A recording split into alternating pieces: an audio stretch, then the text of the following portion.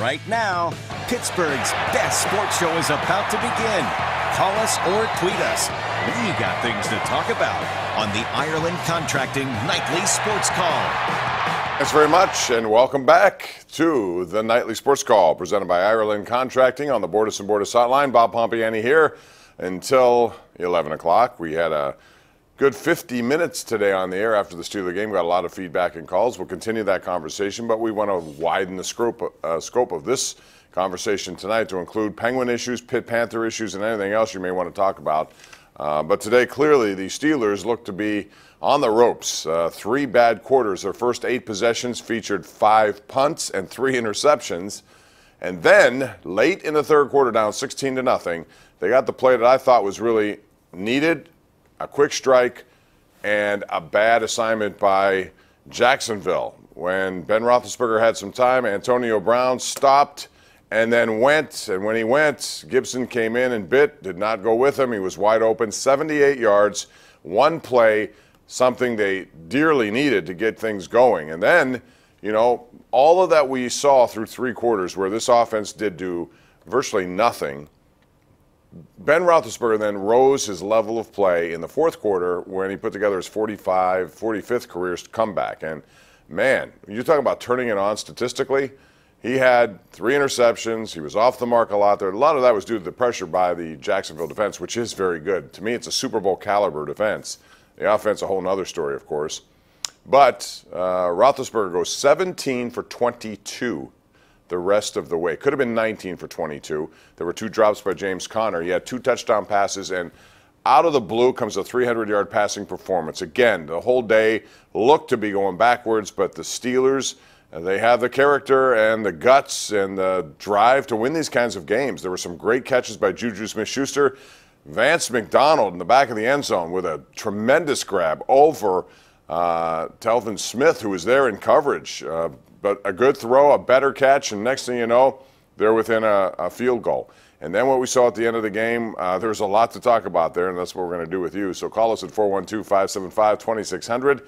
But they come away with a 20-16 win. They score the final 20 points. They're now 7-2-1 and 15-1-1 in their last 17 road games dating back to 2016 during the regular season. Pretty impressive stuff there by the Steelers, even on a day when they didn't deserve to win based on the first 3 quarters. Jacksonville, man, I'll tell you what, they have some problems, and their coach doesn't believe in their quarterback, clearly. He didn't want to utilize him at all as the second half went on, and the Steelers became more equipped to tackle. I thought they did a better job slowing down the run game, which had gouged them in the first half, and I thought for sure because they had been on the field for 22 minutes, they were going to be out of gas later in the game. Well, they weren't. And not only that, but they shut them down. Jacksonville got far too conservative. Did not want Bortles clearly to do anything, and that includes his legs. He has pretty good legs. We saw a couple of scrambles, and yet they did not run a bootleg or anything that would just kind of stretch open that defense, which had clogged the middle successfully.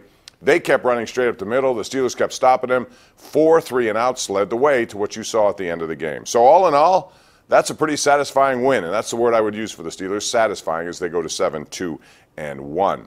Also today, the Ravens beat the Bengals, so both those teams are now 5-5.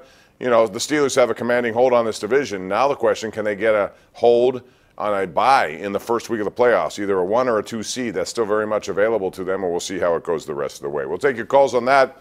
But then I want to ask you about the Penguins and what is the problem with them in your estimation? Call here at 412-575-2600, or you can tweet me at KDPomp. They have lost 8 of their last 9. Again, the problem last night was just sloppy play, allowing breakaways to guys like Mark Stone and Matt Duchene, you know, right behind the defense. They're not getting secondary scoring. There seems to be somewhat of a disconnect between personnel on this team, as GM Jim Rutherford sees it and Mike Sullivan sees it. And the question now is, how do they change things around? They're in last place in their division. I didn't think I'd say that no matter what month of the season we're talking about, and we're here in November. Tomorrow the Buffalo Sabres come to town, and they are much improved. Jason Botterill made a big pickup of Jeff Skinner, who has 14 goals to lead the way. Jack Eichel, I believe, has less than 5, but he's been, you know, helpful in the assist game, but it's been Skinner's team so far this season. He has been the difference there. So we'll talk about that. Pitt ranked for the first time, 24th in the AP, 25th in the coaches poll, and they will be in the ACC Championship game. Call us right now, and remember to join us for the #1 Cochran Sports Showdown. We have a pretty interesting debate tonight with my panel of Andrew Filipponi, Colin Dunlap, and Chris Mack. We'll get into all these topics and more, and it gets a little passionate, as it always does, so join us tonight after the late news, KDKA 1135. That's going to do it for this segment. We're going to open up the phone lines.